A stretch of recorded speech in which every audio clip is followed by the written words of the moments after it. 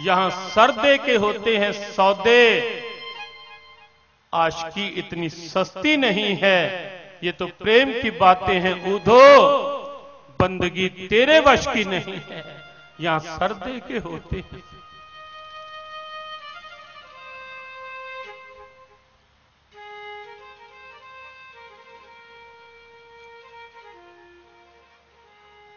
Sir देने का कुछ और नहीं, अहंकार दो और उसका प्यार लो।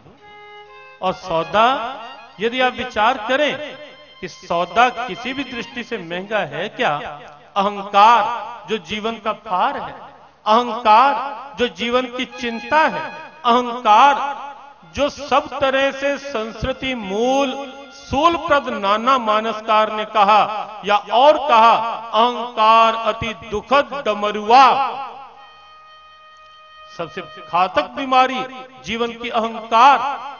यदि वो देकर उसकी कृपा मिल जाए, उसका प्यार मिल जाए, क्या लेना नहीं चाहोगे?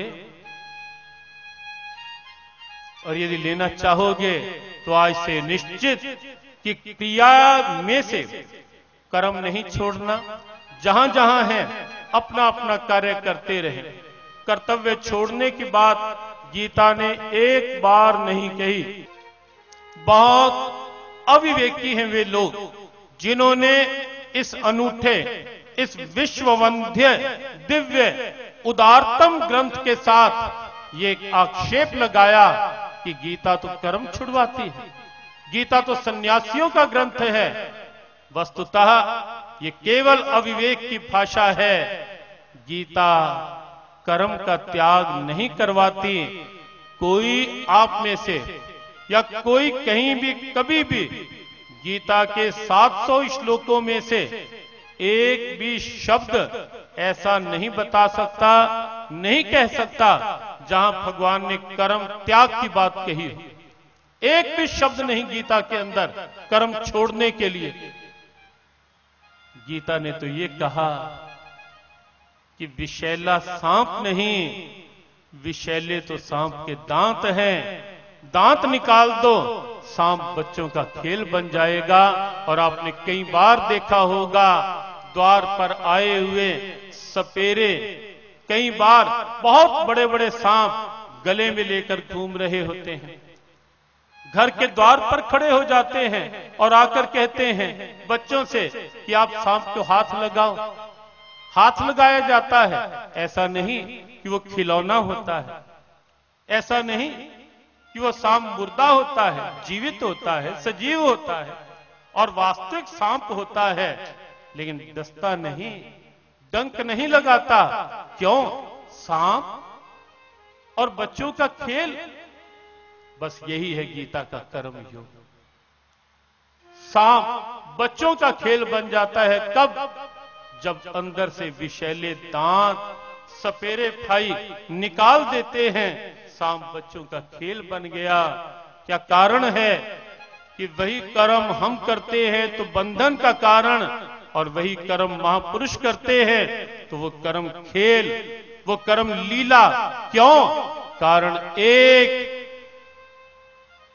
अंदर अहम नहीं, मैं नहीं। इसलिए महापुरुषों के कर्म महापुरुषों के लिए बंधन का कारण नहीं। यस्य नांकृतो भावो बुद्धिर यस्य न लिप्यते। गीता की बहुत साहसिक घोषणा, यस्य नांकृतो भावो बुद्धिर यस्य न लिप्यते हत्वापि सैमान लोकान न हन्ति न निबध्यते। भगवान ने अर्जुन से कहा, पार्थ, अहंकार का भाव यदि नहीं है, प्रीति, आसक्ति नहीं, फल की लालसा में लिप्त नहीं है बात यदि मन में, तो कर्म करते हुए भी कर्म तेरे बंधन का कारण न बध्यते।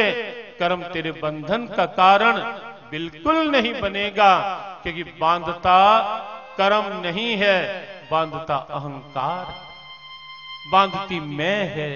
आज से निश्चित कर लें, मैं नहीं करने वाला।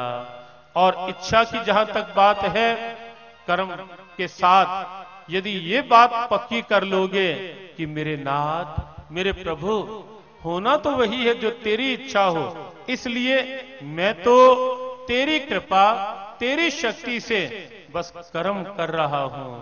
आगे क्या होगा वो तेरे ऊपर, इससे मनोबल बढ़ेगा, मन दृढ़ बनेगा, उसकी कृपा को अंदर प्रविष्ट होने का स्थान मिल जाएगा। फिर मैं निकल गई, अपनी इच्छा निकल गई, अंदर खालीपन आ गया।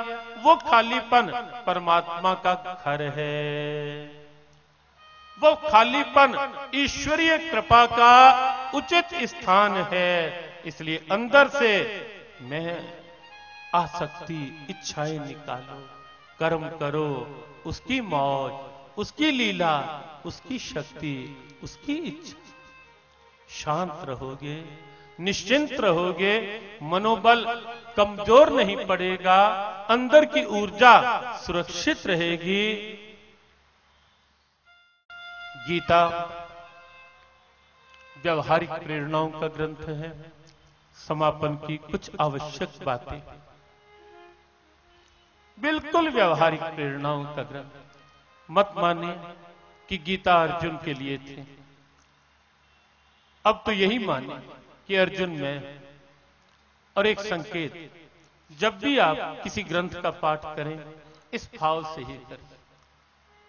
अब गीता पढ़ें, ये भाव बनाकर अर्जुन मैं हूं, भगवान मुझे समझा रहे हैं, भगवान मेरे लिए उपदेश दे रहे हैं, तब वह उपदेश आपको कभी लगेगा कि ये तो मेरे लिए बात है, और तब आप उसे स्वीकार भी करोगे। इन 3-4 दिनों में कई बार बीच बीच में सत्संग के बाद कभी कोई माता मिलती, कभी कोई भाई मिलता, कहते या मिलने का जो समय होता उसमें कहते, महाराज आज तो ना बस सीधा आपने जैसे मुझे ही सुना सुना कर बात कही। हमने कहा भैया ऐसा नहीं होता कि किसी एक के लिए बात कही जा रही हो, हाँ, लेकिन ये अच्छा है यदि तुझे ऐसा लगा है कि आज ये बात केवल मेरे लिए कही गई है तो ये बुरी बात नहीं, ये अच्छी बात है। लेकिन अच्छी तभी होगी जब तू इस बात को यदि लगा है कि मेरे लिए कही है तो इसे अपने मन में बिठा ले और निश्चय कर ले ये बात मेरे लिए है, केवल मेरे लिए, और मुझे अब ऐसा जीवन बनाना है। गीता पढ़ो, अवश्य पाठ करो। आप सबसे एक बार फिर से ये आग्रह है कि गीता का पाठ करो। गीता में कहीं तनिक मात्र भी कोई संकीर्णता नहीं है, कोई संकीर्णता नहीं, सबके लिए समान रूप। निश्चिंतता कौन नहीं चाहेगा? क्या यहां जाति का भेद है? क्या निश्चिंतता केवल हिंदू को चाहिए, औरों को नहीं? सबको चाहिए। तनाव रहित जीवन सबको प्रिय है, और गीता तो तनाव रहित जीवन की एक प्रेरणा है, निश्चिंत जीवन की प्रेरणा है गीता सबके लिए। परसों हमने ये बात गुरुदेव के भाव से सबसे उच्चारण करवाई थी, मुसीबत से सबको बचाती है गीता, प्यामे सदाकत सुनाती है गीता, जो गिरते हैं गलती से इस सरजमी पर उठाकर फलक पर बिठाती है गीता। गीता जीवन का मजबूत सहारा, मजबूत सहारा। नियमित पाठ करें और पाठ करते हुए ये भाव बना लें कि आज अर्जुन मैं ही हूं। रामचरितमानस जब आप पढ़ रहे हैं, शबरी की बात आए, क्यों नहीं आप ऐसा भाव बना लेते कि आज की शबरी मैं ही मार्ग बुहार रही, मैं ही राम के लिए फूल चुन रही। आपको लगेगा उस समय अंदर का प्रेम स्वाभाविक राम के प्रति, भगवान के प्रति स्वाभाविक उमड़ने लगेगा। अपने आप को साथ जोड़ो। गीता व्यवहारिक प्रेरणा। गीता